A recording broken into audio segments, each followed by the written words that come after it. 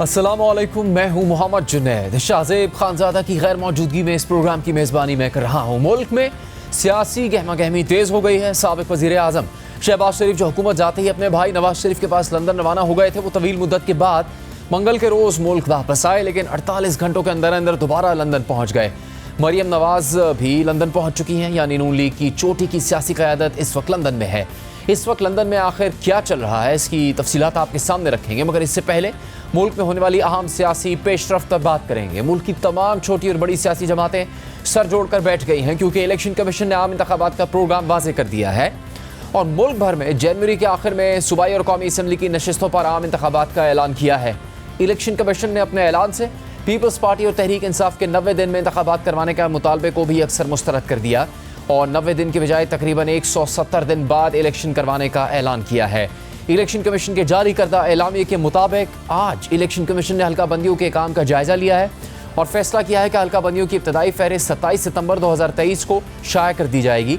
इब्तदाई हल्का बंदियों पर एतराज़ात और तजावीज़ की समात के बाद हल्का बंदियों की हतमी फहरिस्त 30 नवंबर को शाया की जाएगी, जिसके 54 दिन के अंदर इलेक्शन प्रोग्राम के बाद इंतखाबात जनवरी के आखिरी हफ्ते में करवा दिए जाएंगे। यानी इलेक्शन कमीशन ने अपने इस एलामिये से न सिर्फ तहरीक इंसाफ और पीपल्स पार्टी के मुतालबों को मुस्तरद कर दिया, बल्कि सदर मुमलिकत डॉक्टर आरिफ अलवी ने भी मुल्क भर में इंतखाबात के ऐलान से मुताल्लिक जो सुप्रीम कोर्ट से रहनुमाई लेने की तजवीज़ दी थी, उसे भी इलेक्शन कमीशन खातिर में लेकर नहीं आया और अब तक इलेक्शन कमीशन ने सदर मुमलिकत के ख़त का जवाब तक नहीं दिया है, मगर अपने इलेक्शन प्रोग्राम के तहत जनवरी के आखिरी हफ्ते में इलेक्शन करवाने का हुक्म दिया और साथ ही तमाम सूबों की इंतज़ामिया को इलेक्शन की तैयारियाँ शुरू करने की हिदायत भी कर दी है।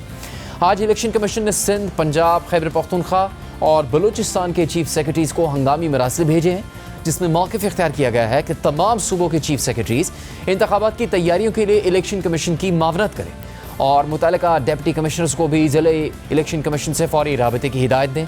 मगर तहरीक इंसाफ इलेक्शन कमीशन के इस ऐलान से मुतमईन नहीं है और इसने इस फैसले को चैलेंज करने का ऐलान कर दिया है। तहरीक इंसाफ के बाकायदा रद्द-ए-अमल को भी सामने लाया जा रहा है। तर्जुमान PTI के मुताबिक इंतखाबात करवाने की तारीख के ऐलान की बजाय महीने का तकर्रुर बाइस हैरत है।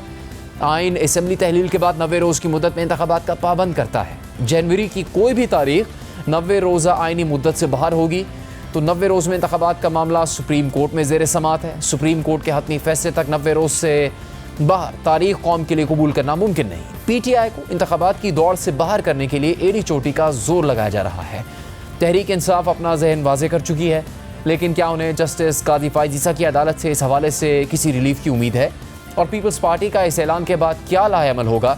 इसी पूरी सूरत हाल पर हम सियासी रहनुमाओं से बात करेंगे। पीपल्स पार्टी की सेक्रेटरी इतलात शाजिया मरी साहिबा हमारे साथ मौजूद हैं। शाजिया साहिबा, शुक्रिया आपका वक्त का।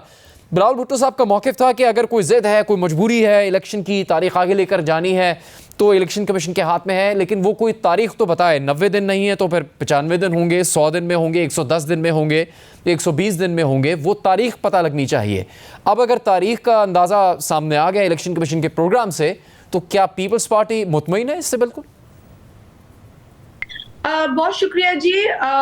पाकिस्तान पीपल्स पार्टी का जो बुनियादी मुतालबा है वो यही है कि पाकिस्तान के अंदर आइन के मुताबिक इलेक्शंस की डेट दी जाए और 90 रोज यकीनन आइन में ही दर्ज एक मुद्दत है जिस पर कि बिलावल भुट्टो जरदारी साहब और पाकिस्तान पीपल्स पार्टी बार बार इलेक्शन कमीशन ऑफ पाकिस्तान को उनकी जिम्मेदारी याद दिलाती रही। लेकिन आपको ये भी पता है कि बिलावल भुट्टो जरदारी साहब ने ये भी फरमाया कि जो मुश्किलात है या अगर कोई ऐसी इंतजामी सिचुएशन है जिसके बायस इलेक्शंस उस मुद्दत के अंदर नहीं हो पा रहे, तो कम अज कम इलेक्शन कमीशन ऑफ पाकिस्तान को इलेक्शन की डेट जल्द अज जल्द अनाउंस करने की जरूरत है।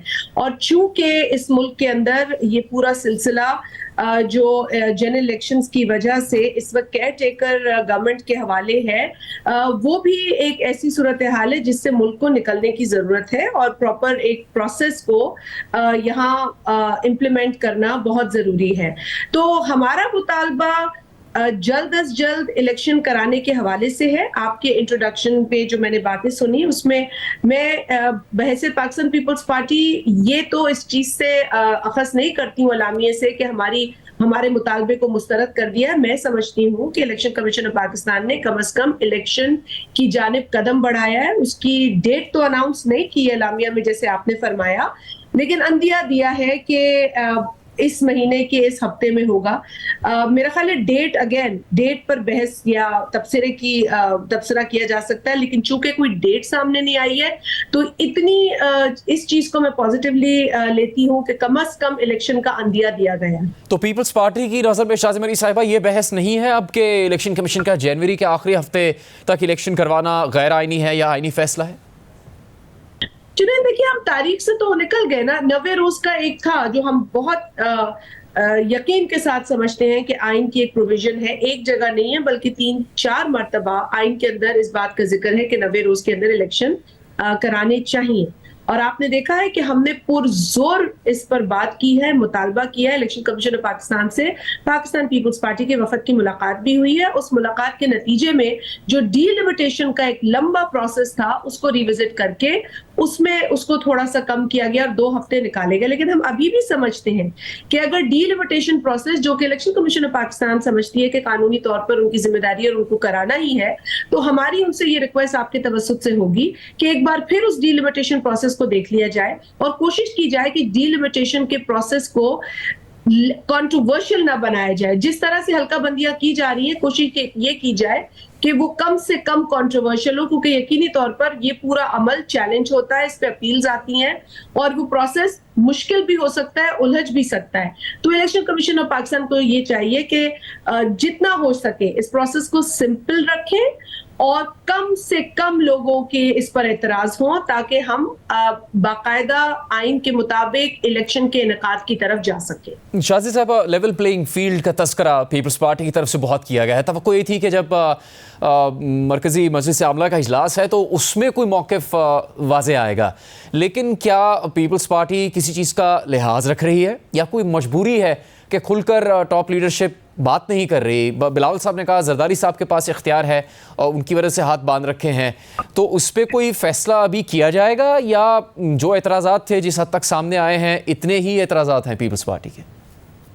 चलिए, हमारी 2 सेंट्रल एग्जीक्यूटिव कमेटी की मीटिंग्स हो चुकी हैं बिलखुसूस इन इश्यूज के ऊपर, और एक 25 अगस्त को हुई थी और एक अभी हमारी हालिया लाहौर में सेंट्रल एग्जीक्यूटिव कमेटी की मीटिंग हुई। और इस पहली और जो अब मीटिंग हुई है उसके दरमियान कुछ टास्क थे जो दिए गए थे, जिसमें से एक task election commission of Pakistan से मुलाकात का भी था, जो पाकिस्तान पीपल्स पार्टी के वफद ने मुलाकात की है, और वहां पर भी हमारी कुछ कंसर्न्स इलेक्शन के हवाले से उनका तस्करा हुआ। और इसके साथ साथ इसी दौरान ताज हैदर साहब, जो कि पाकिस्तान पीपल्स पार्टी के सेनेटर भी हैं और एक सीनियर हमारे मेंबर हैं, उनकी जानिब से इलेक्शन कमीशन ऑफ पाकिस्तान को एक खत लिखा गया जिसके अंदर सिंध के अंदर होने वाले जो तरक्याती काम थे, जो बिलखुसूस 2022 के सैलाब के नतीजे में होने वाली तबाहकारी की तमाम तर जो डैमेजेस थे उसको एड्रेस कर रहे थे, वो काम रोक दिए गए हैं। उनके लिए जो जरूरी अहकामात थे जो कि पिछली गवर्नमेंट ने अप्रूव किए थे, कैबिनेट से अप्रूव हुए थे, उनके अंदर एक रुकावट का जो अमल है वो इस केयरटेकर गवर्नमेंट ने शुरू किया, जिसको फिर इलेक्शन कमीशन पाकिस्तान की तरफ से जो है वो नहीं रोका गया। तो हमारी यही रिक्वेस्ट उनसे थी कि देखिए, अगर किसी और सूबे में तरक्की के काम नहीं रोके जा रहे, बल्कि जो केयरटेकर गवर्नमेंट का मैंडेट नहीं है वो काम करा रहे हैं डेवलपमेंट के, तो वो गवर्नमेंट जो इलेक्टेड गवर्नमेंट है, जो पास कर गई है स्कीम्स को, जो अप्रूव कर गई है स्कीम्स को, उन कामों को कैसे रोका जा सकता है? ये केयरटेकर के मैंडेट के बिल्कुल खिलाफ है। और हमने इस बारे में इलेक्शन कमीशन ऑफ पाकिस्तान को खत भी लिखा कि प्लीज इसको देखिए, सैलाब एक जगह एक हकीकत है, और दूसरा डेवलपमेंट हर इंसान को हर सूबे में, चाहे वो पंजाब हो, केपी हो, बलूचिस्तान हो, सिंध हो, गिलगित हो, आजाद कश्मीर हो, हर जगह डेवलपमेंट की जरूरत है। लिहाजा जब तक इलेक्शन की डेट अनाउंस नहीं होती, डेवलपमेंट के जो काम हो रहे हैं उनको रोका नहीं जा सकता। तो हम ये समझते हैं कि लेवल प्लेइंग फील्ड का जो अमल है वो उस वक्त से शुरू हो गया है जब से असेंबलियां खत्म हुई हैं, और आगे आने वाले इलेक्शंस हम देख रहे हैं जब भी अनाउंस हो। लेकिन इसके दौरान जो पीरियड है, अगर इसके अंदर कामों को रोका जाएगा, उसके अलावा हमें जो हमारी पॉलिटिकल एक्टिविटीज हैं उसमें रुकावट शायद साहब, नजर आएगी, इस पे तो हमें आपका ये फेवरिज्म मौक़िफ़ है नजर आएगा मुस्लिम कई लीग हलकों में, जी तो हमें यकीनन जी तशवीश होगी। मुस्लिम लीग नून से जब बात की एक और बड़े एतराज़ पे कि निगरान हुकूमत में, वफाकी हुकूमत में मुस्लिम लीग नून के हिमायत याफ्ता उनकी मर्ज़ी के लोग शामिल हैं, पंजाब में उनकी मर्ज़ी से चीज़ें हो रही हैं, तो उस पर जवाब ये था कि ये एतराज़ तो सिंध में भी है कि पीपल्स पार्टी की मर्ज़ी से ही चीज़ें हो रही हैं, जो निगरान वज़ीर आला हैं वो पीपल्स पार्टी की मर्ज़ी के बगैर नहीं कुछ चीज़ें करते, और फिर कुछ जो वज़रा मुकर्रर किए गए हैं उनके काम भी पीपल्स पार्टी की मर्ज़ी के बगैर नहीं हो रहे। उस पर उन्होंने कहा कि ये सुनी सुनाई बातें हो सकती है, लेकिन तासुर तो ये सिंध के बारे में भी मौजूद है पीपल्स पार्टी से मुतालिक। जुनैद, मैं एक्चुअली क्योंकि ये बातें ना मैं समझती हूँ कि जिसने भी पाकिस्तान मुस्लिम लीग नवाज से इसका जवाब दिया तो उन्होंने तो ये तो एडमिट कर लिया ना कि जी अच्छा तो सिंध में भी ये हो रहा है, यानी कि हम तो कर ही रहे हैं, तो एक एडमिशन तो उनकी तरफ से आ गया। और दूसरी बात है कि इस वक्त जो केयर टेकर सीएम है सिंध के अंदर, अगर मुझे बता दे हमारे जो भी साथी हैं मुस्लिम लीग नवाज से कि उनसे उनका ताल्लुक पीपल्स पार्टी से किस तरीके से जुड़ा है, कभी उन्होंने एज ब्यूरोक्रेट सर्व किया है पीपल्स पार्टी की गवर्नमेंट में, या कभी वो बिलावल भुट्टो जरदारी साहब के साथ काम करते रहे हैं, या जो साबिक चीफ मिनिस्टर हैं शाह साहब उनके साथ काम करते रहे हैं, तो किस तरीके से उन्होंने ये नतीजा अखज किया कि इस वक्त के जो केयर टेकर सीएम है सिंध के अंदर उनका कोई ताल्लुक पीपल्स पार्टी से है। मेरा ख्याल है बड़ा नामुनासिब ये जवाब है अगर किसी ने भी दिया है नवाज लीग से। मैं ज्यादा इस तफसील में जाना नहीं चाह रही थी, लेकिन अगर आपने मुझे बताया कि उनसे ये सवाल हुआ कि उनसे वाबस्ता लोग इस वक्त भी केयर टेकर जो फेडरल गवर्नमेंट है या प्रोविंशियल गवर्नमेंट है पंजाब की उसमें नजर आते हैं, तो फिर ये तो सवाल हमें भी पूछने हैं। लेकिन शायद साहब अगर वाबस्तगी का ही मामला है जैसे आप फरमा रही हैं, तो फिर मोहसिन नकवी साहब जो वज़ीर आला पंजाब है निगरान, उनको तो फिर सबसे करीब अगर किसी के समझा जाता है तो आसिफ अली जरदारी साहब हैं। देखिए मेरा ख्याल है कि अगर उनका कोई मिलना जुलना आसिफ अली जरदारी साहब से है तो वो तो बहुत सारे लोगों का मिलना जुलना आसिफ अली जरदारी साहब से है, लेकिन जो वहां पे काम हो रहा है, जो उनकी कैबिनेट है या वफाक की कैबिनेट है, मैं तो अगर आपको ना भी कहूँ ये बात, तो मेरा ख्याल है कि अगर आप एक न्यूट्रल शख्स से आप ये तमाम फहरिस्त ले लें और आप देख लें कि किसका किससे क्या ताल्लुक है, अगर पिछली वफाकी हुकूमत में कुछ चेहरे इस वफाकी केयरटेकर हुकूमत में भी नजर आ रहे हैं, तो ये मैं नहीं कह रही, मुझसे भी ये सवाल हो रहे हैं। मैं भी अभी लाहौर में थी, मुझसे भी सहाफियों ने ये पूछा कि जी क्या वजह है, कुछ नाम लेके उन्होंने कहा कि ये लोग तो नजर आ रहे हैं जिनका ताल्लुक एक बड़ा वाज़ेह एक पॉलिटिकल पार्टी से है, लेकिन आपके कोई लोग नहीं है। तो हमने उन्हें ये कहा कि जी केयर टेकर सेटअप में किसी की वाबस्तगी या किसी से ताल्लुक रखने वाले लोग नजर नहीं आने चाहिए उसूली तौर पर, लेकिन अगर एक जमात से ताल्लुक रखने वाले लोग नजर आ रहे हैं तो फिर मैं समझती हूँ कि लेवल प्लेइंग फील्ड वाला जो हमारा एक तकाजा या हमारी एक कंसर्न है वो जायज है। शाज़ी साहब, जो प्रोग्राम सामने आया है इलेक्शन कमीशन की तरफ से जनवरी के आखिरी हफ्ते का, इससे क्या अगर पीपल्स पार्टी की बात करें उनका ये खदशा ख़त्म हो गया कि इंतखाबात होंगे ही नहीं, यानी उन्हें यकीन है आपके इस प्रोग्राम के तहत जो तयन किया गया है जिस महीने का, उसमें इलेक्शन हो जाएंगे? जुनैद, माजी की एक हमारी तल्ख हकीकत रही है, तजुर्बा रहा है, जिसकी बुनियाद पर आज भी हम इस तरह की खबरें सुन रहे होते हैं तो हमें तशवीश होती है। लिहाजा पीपल्स पार्टी ने ये बड़ा जो है ना एक बड़ा स्ट्रॉन्ग अपना मौकिफ रखा हुआ है कि पाकिस्तान के अंदर 90 डेज में इलेक्शंस हो एज पर द कॉन्स्टिट्यूशन, और अगर 90 डेज में ना कराए जा सके किसी टेक्निकल वजह से तो भी जल्द अज जल्द पाकिस्तान में इलेक्शंस कराए जाएं।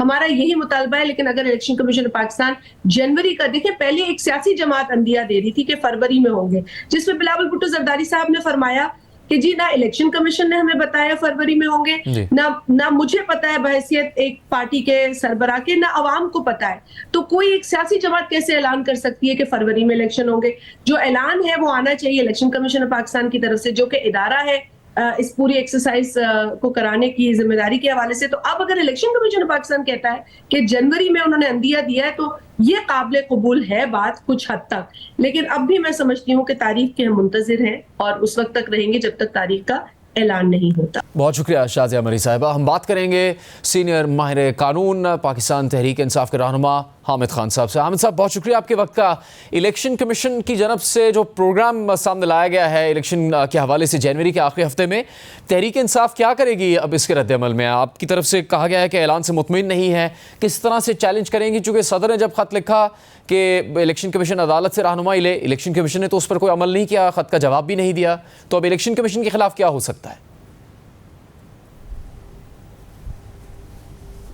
देखिए, पहली बात तो ये है कि वो मामला जो है सुप्रीम कोर्ट के सामने पहले ही पेंडिंग है। वो सुप्रीम कोर्ट बार की तरफ से भी एक पिटीशन हुई है और पीटीआई की तरफ से कि इलेक्शन 90 दिन के अंदर कराने का हुक्म जारी किया जाए, लेकिन वो अभी तक पिटीशन लगी नहीं और तकरीबन 5 हफ्ते तो चीफ जस्टिस बंदयाल साहब थे, उन्होंने फिक्स नहीं किया। अब देखें उसको फिक्स करते हैं कि नहीं। ये सवाल फिर वहाँ आएगा कि क्या किसी के पास ऐसा इख्तियार है कि 90 दिन से आगे जा सके, या आइन में दी हुई टाइम लाइन जो है जो वाजे उससे तजाविज़ कर सके, या क्या इलेक्शन कमीशन के पास ऐसा कोई इख्तियार है कि आइन से बालातर होकर कोई फ़ैसला करे या ऐलान करे। ये सारी बातें जो हैं वो सामने आएंगी इसके नतीजे में। तो हामिद साहब, अगर सदर मुमलिकत की इख्तियार की बात हो रही थी, अगर आपकी कानूनी टीम ये समझती है कि सदर के पास इख्तियार था तो फिर वो इलेक्शन की तारीख का ऐलान कर देते। उन्होंने ऐसा नहीं किया, मामला इलेक्शन कमीशन पे छोड़ा। ये इस बारे में हिदायत दी कि वो सुप्रीम कोर्ट से मशावरत करे या रहनुमाई ले, तो सदर ने तो अपना इख्तियार सरेंडर कर दिया फिर। नहीं, देखिए, ये इख्तियार ऐसा है जो सरेंडर किया नहीं जा सकता, लेकिन सदर ने जो भी किया वो मुनासिब नहीं था। उनको तो चाहिए था कि जिस दिन इन्होंने तहलील करने का ऑर्डर पास किया था 9 अगस्त को, उसके साथ ही आइन के मुताबिक तारीख 90 दिन के अंदर मुकर्रर कर देते। ये उनकी कमज़ोरी है कि उन्होंने इसके ऊपर कोई वाज़े कदम नहीं उठाया, हालांकि आइन बड़ा वाज़े था। फिर उसके बाद जब एक दफ़ा इन्होंने कहा भी, तो वो भी बतौर एक सजेशन के उन्होंने कहा कि ये तारीख मुकर्रर कर दी जाए। गालिबन जो दबाव था उनके ऊपर, उससे मजबूर होकर उन्होंने ये चीज़ कही, लेकिन उनकी नीयत यही थी कि आप 5 नवंबर तक इलेक्शन करा लें, यानी 90 या 89 डेज़ के अंदर अंदर आप इलेक्शन करा लें। तो उन्हें इसके बारे में वाज़ेह होना चाहिए था, ये उनकी कमज़ोरी रही। लेकिन फिर भी उनके इस एक्शन से कि उन्होंने इलेक्शन कमीशन को ये कहा था कि आप इलेक्शन फ़लाँ तारीख तक करा लें, और उस हवाले से अगर आप गाइडेंस लेना चाहिए तो सुप्रीम कोर्ट से गाइडेंस भी ले लें। मेरे नज़दीक तो गाइडेंस की ऐसा ज़रूरत ही नहीं थी।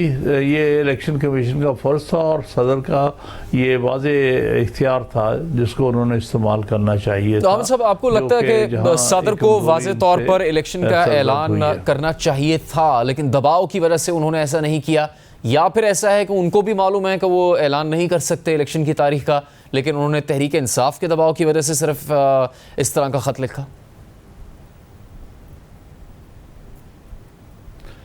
नहीं, मैं समझता हूँ दबाव इस बात का था कि वो इलेक्शन की डेट जो है इलेक्शन कमीशन पर छोड़े, क्योंकि उनका तो इख्तियार बड़ा वाज़े है। तो आइन कहता है उसके लिए उन्हें ना तहरीक इंसाफ से कोई इजाज़त की ज़रूरत थी, ना इलेक्शन कमीशन से या किसी और अदारे से।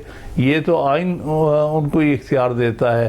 लिहाजा उनकी तरफ से ये कमज़ोरी हुई जो उन्होंने वाज़े ऐलान नहीं किया और तारीख नहीं दी।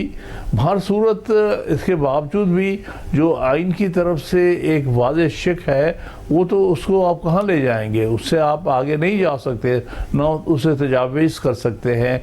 कोई भी शख्स और कोई भी अदारा नहीं कर सकता। तो आमिद खान साहब, जिस तरह से अब इस मामले पे इलेक्शन कमीशन का आपको एतराज़ है, जो चेयरमैन तहरीक इंसाफ का मामला है उसमें मज़ीद मुकदमात के हवाले से भी खबर आ रही है, फिर 9 मई के मुकदमात में बगावत की दफ़ा शामिल की गई है। अगर वो उन मुकदमात से बाहर नहीं आ पाते तो तहरीक इंसाफ की हिकमत अमली क्या होगी इलेक्शन के हवाले से? क्या आपकी जमात जाएगी इलेक्शन में फिर भी, अगर इलेक्शन कमीशन के ऐलान के मुताबिक जनवरी के आखिरी हफ्ते में ही कोई तारीख सामने आती है, या बॉयकॉट करेगी? देखिए, इलेक्शन बाइकआउट करना तो किसी तौर पर भी मुनासिब नहीं होगा।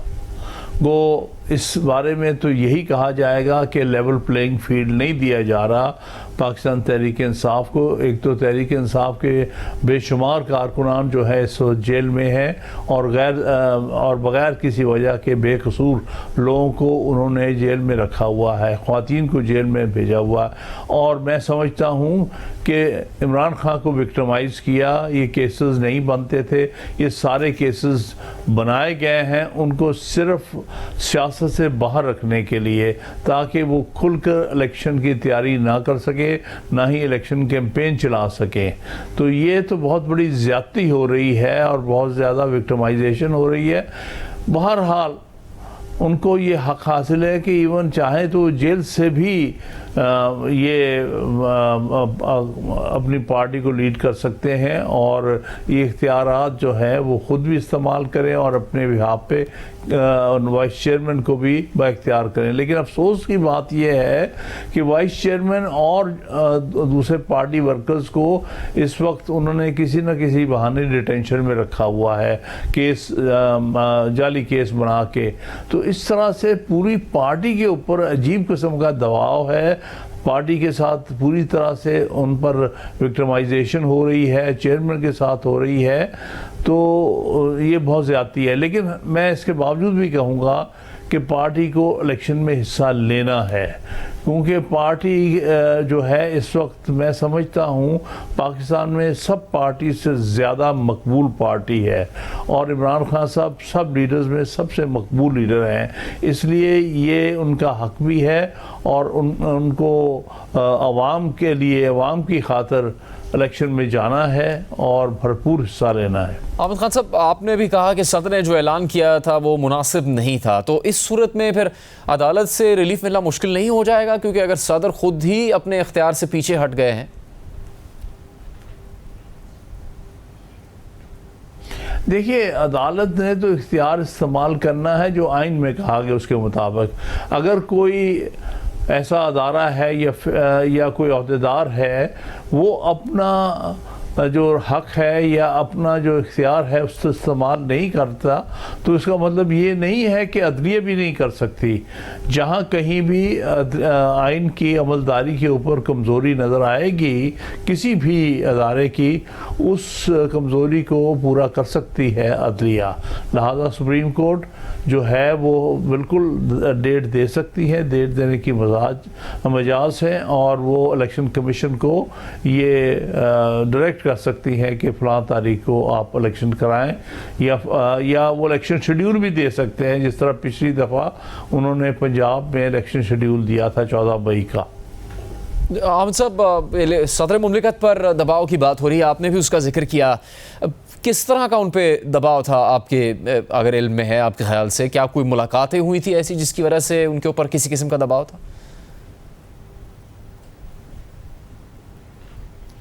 ये मैं कुछ नहीं कह सकता कि किस तरह, लेकिन पाकिस्तान की तारीख को अगर सामने रखूं तो मुझे ये नज़र आता है कि किनका दबाव होता है, कौन सी कुव्वतें इस मुल्क में आइन से अपने आप को बालातर समझकर आइन की शिकों को बाज़ औक़ात बेवक़्त कर देती हैं और हमारे जो आइनी अहदेदार हैं वो उनसे खौफज़दा होकर आइन पर अमल दरामद नहीं कर पाते। तो ये पाकिस्तान की तारीख में पहली मिसाल नहीं है, बल्कि बहुत पहले भी ये होता रहा। हम तो यही चाहते हैं कि ये मुल्क जो है आइन की पटरी पे चढ़ जाए। इस वक्त तो आइनी दलदल में सारा मुल्क फंसा दिया है उन्हीं कुव्वतों ने जो आइन के मुताबिक चलना नहीं चाहती और अपने इख्तियारात आइन से बालातर समझ के वो इस्तेमाल करती हैं।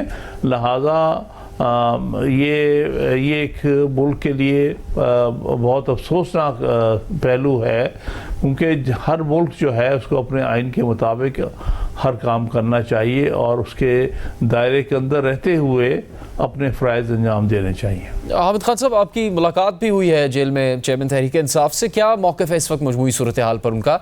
और एक ज़माने में आपका पार्टी से इख्तलाफ भी था, पर आप पार्टी से दूर रहे, उस सारी सूरत हाल पर भी क्या आपकी बात हो सकी है उनसे, उनकी पुराना जो सियासी तर्ज अमल था और अब नए हालात के मुताबिक?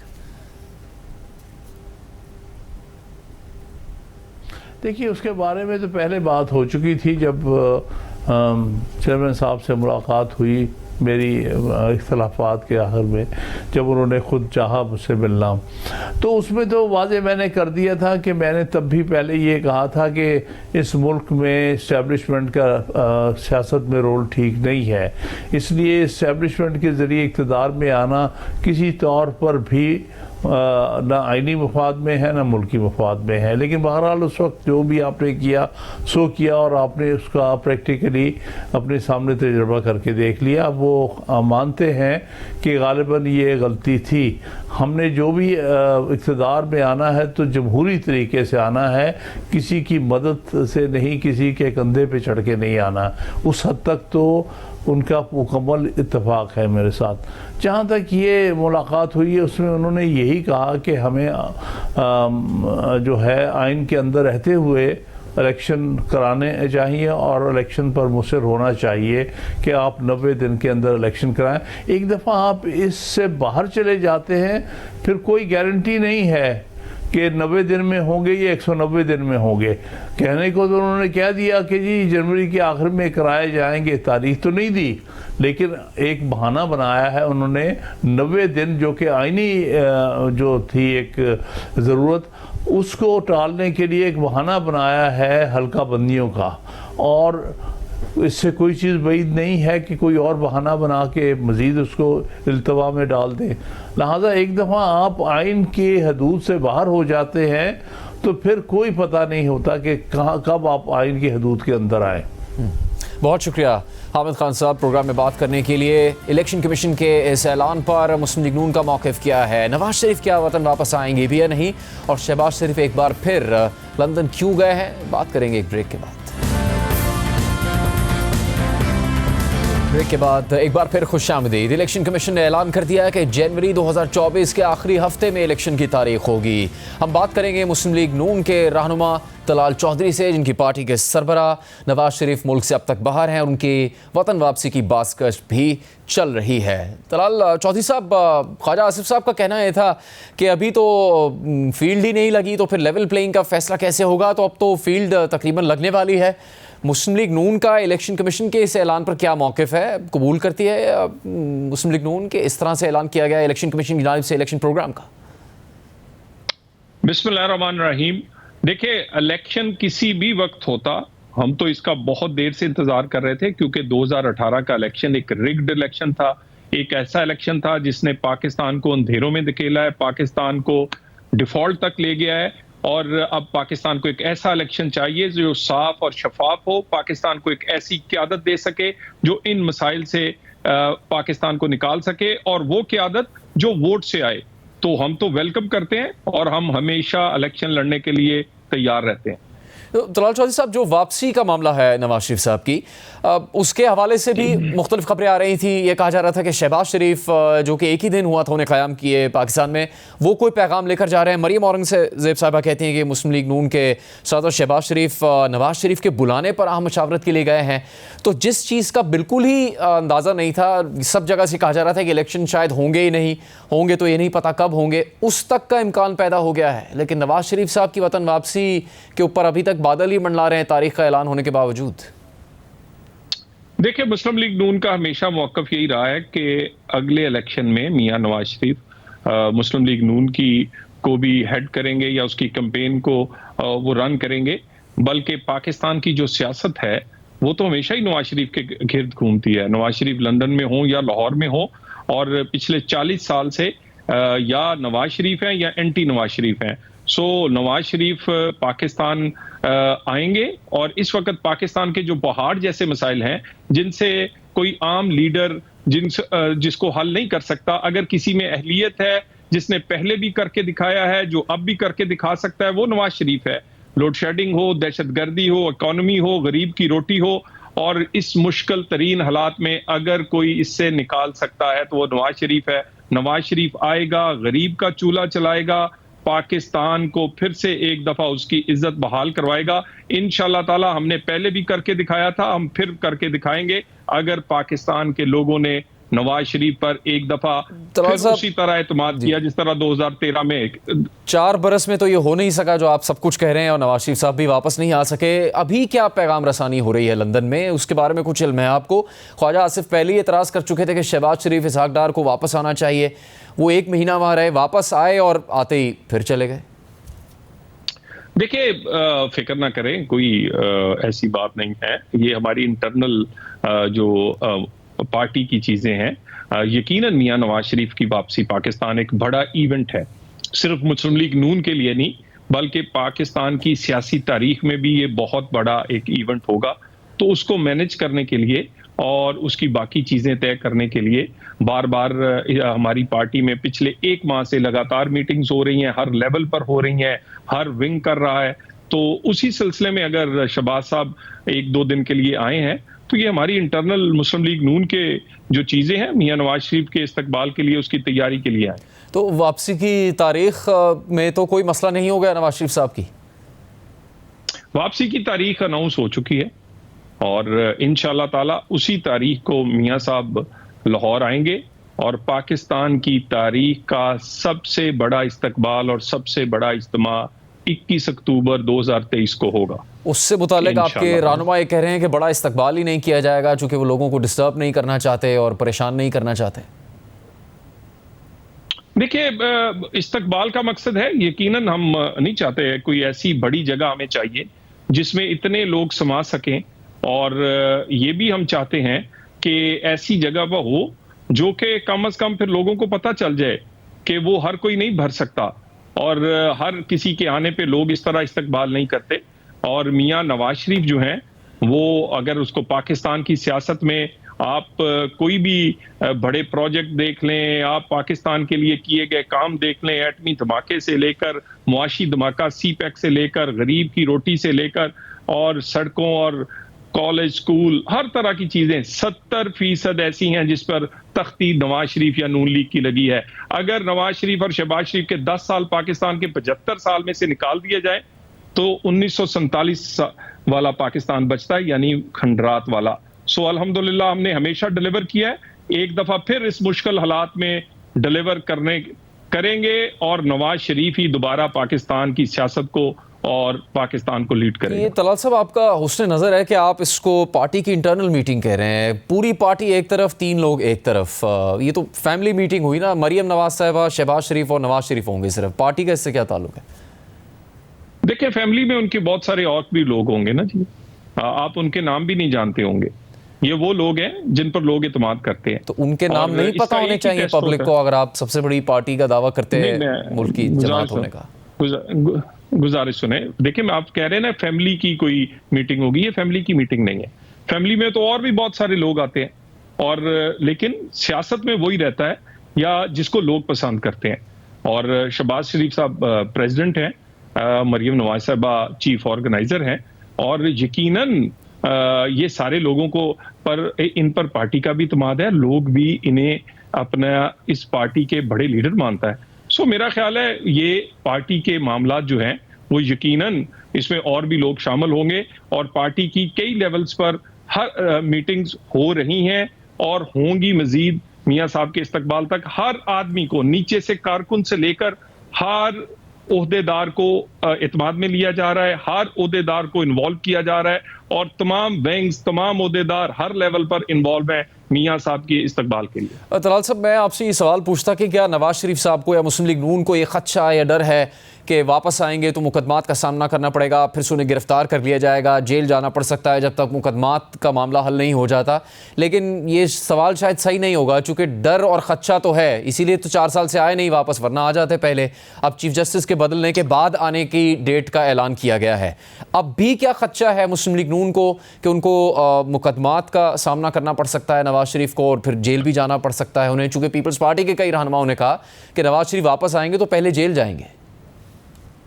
देखिए, मियां नवाज शरीफ सियासी लीडर हैं और वो किसी भी किस्म के हालात से सामना करने को हमेशा तैयार रहते हैं और उन्होंने कोई यहाँ पर उनको हाईजैकर भी बनाया गया और यहाँ पर अकामे पर ताहियात नहल भी किया गया, लेकिन उन्होंने हर तरह के हालात का मुकाबला किया।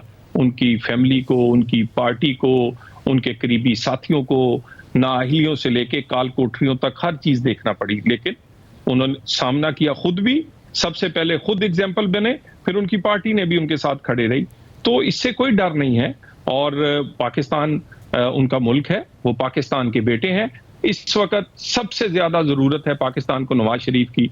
नवाज शरीफ को वजारत उज़्मा की जरूरत नहीं है, मगर वजारत उज़्मा को एक ऐसे आदमी की जरूरत है जो गरीब की रोटी चला सके, पाकिस्तान की इकोनॉमी चला सके, दहशतगर्दी और लोड शेडिंग फिर खत्म कर सके और लोगों के लिए जिंदगियां आसान बना सके, उस एक आदमी का नाम नवाज शरीफ है। उसने पिछले 3 अदवार में भी करके दिखाया है, एक दफा फिर करके दिखाएगा।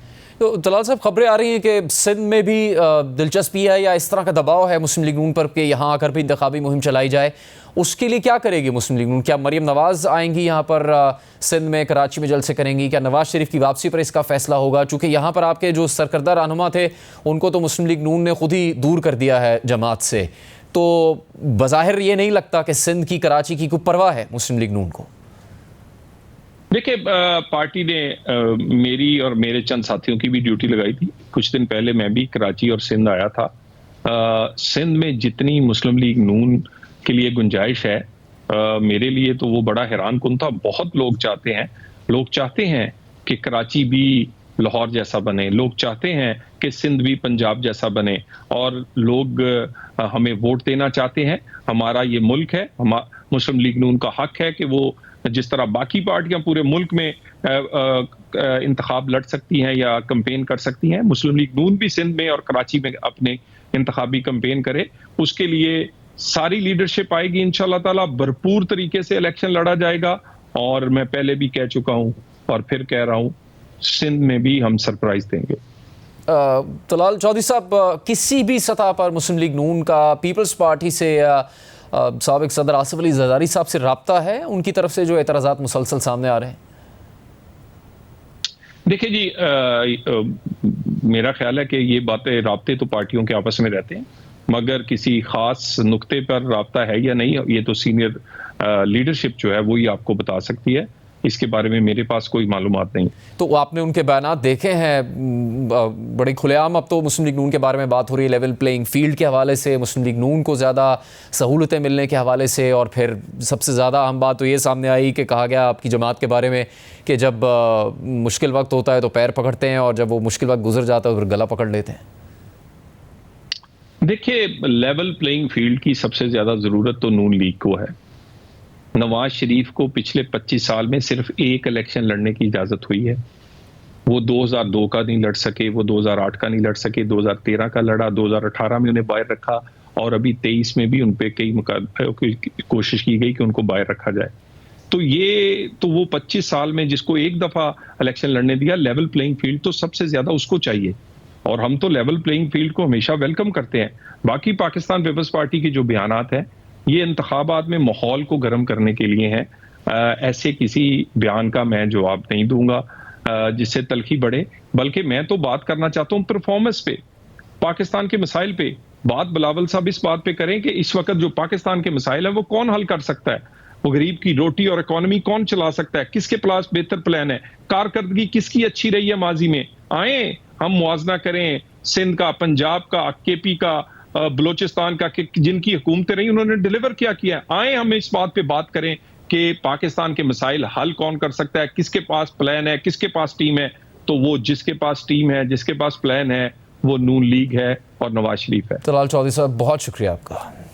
प्रोग्राम जारी रहेगा एक ब्रेक के बाद एक बार फिर खुशामदीद। गुज़श्ता साल PDM की हुकूमत आने के बाद नैब के कानून में तरमीम की गई, जिसके बाद एहतसाब अदालत में ज़ेर समात दर्जनों केसेस वापस नैब को भेज दिए गए। लेकिन गुज़श्ता हफ्ते रिटायरमेंट से सिर्फ एक दिन पहले साबिक चीफ जस्टिस उमर अता बंदयाल ने PDM हुकूमत की इन तरमीम को कलअदम करार दे दिया और नैब को वापस भेजे गए तमाम केसेस 7 दिन के अंदर अंदर इन तरमीम से पहली वाली पोजीशन पर बहाल करने का हुक्म दे दिया था। अब सुप्रीम कोर्ट के हुक्म के मुताबिक नैब ने कराची और इस्लामाबाद की एहतसाब अदालतों में अहम रेफरेंसेस वापस भेजने का सिलसिला शुरू कर दिया है।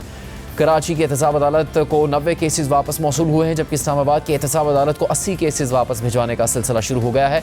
इनमें से आज 26 केसेस वापस भेज दिए गए, जबकि कल 54 केसेस भेजने का इम्कान है। जबकि लाहौर की एहतसाब अदालत में भी नैब ने अहम सियासी रहनुमाओं के केसेस वापस भिजवाए हैं, जिनमें मुख्तलिफ सियासी जमातों के अहम रहनुमाओं के हाई प्रोफाइल केसेस भी शामिल हैं।